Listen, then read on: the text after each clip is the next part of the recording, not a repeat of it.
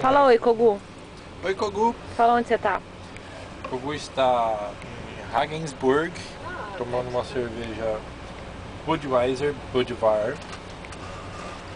Czech Imported Lager, no trem indo pra Munique, München. E aí, Munique te lembra o que, Fá? Salsicha? Cerveja.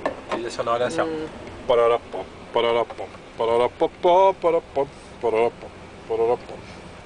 A Gabi vai ficar com vergonha. Agora a Gabi vai mostrar o lanchinho que ela tá fazendo.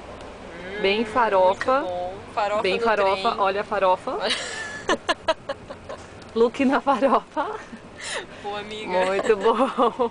Muito bom. Aí, como nós somos meninas básicas, a gente trouxe duas malinhas bem pequenas pra viagem.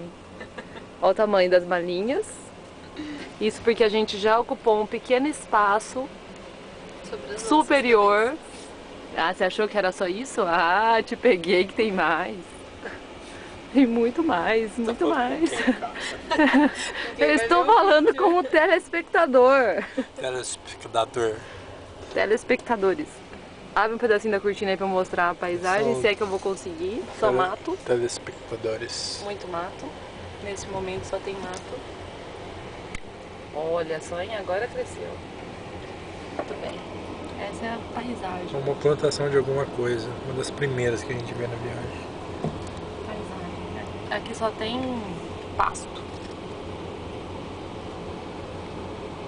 Muito bem. Um caminhãozinho. Tchau, tchau. Vamos terminar com a trilha sonora de Munique.